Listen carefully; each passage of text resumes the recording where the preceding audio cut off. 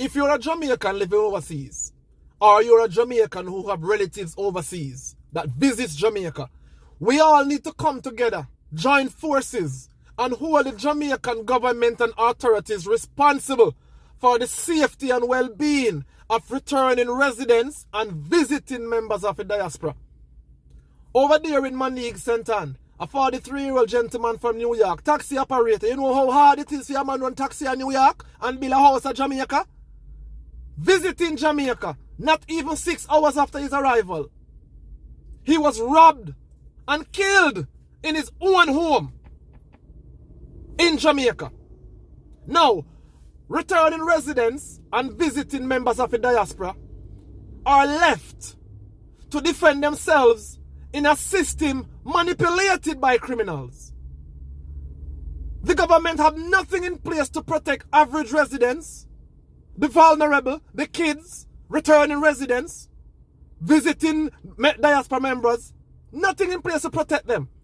If you're a Jamaican living overseas right now, your money is good enough for the government, but your life and your well-being means nothing to them.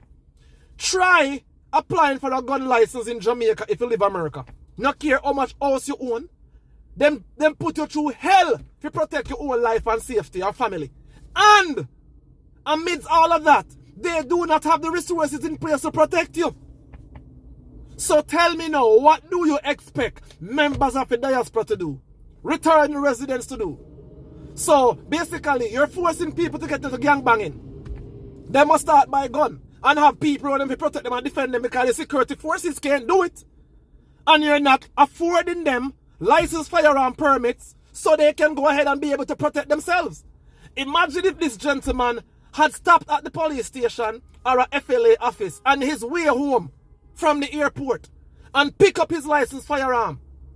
Don't you think, as an average thinking person now, don't you think this gentleman would have had a fighting chance against these 3 criminals that barged into his home and took his life and took his property?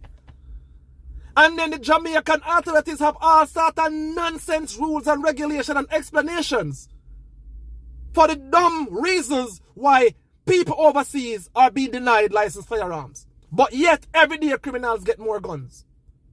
So you make us vulnerable.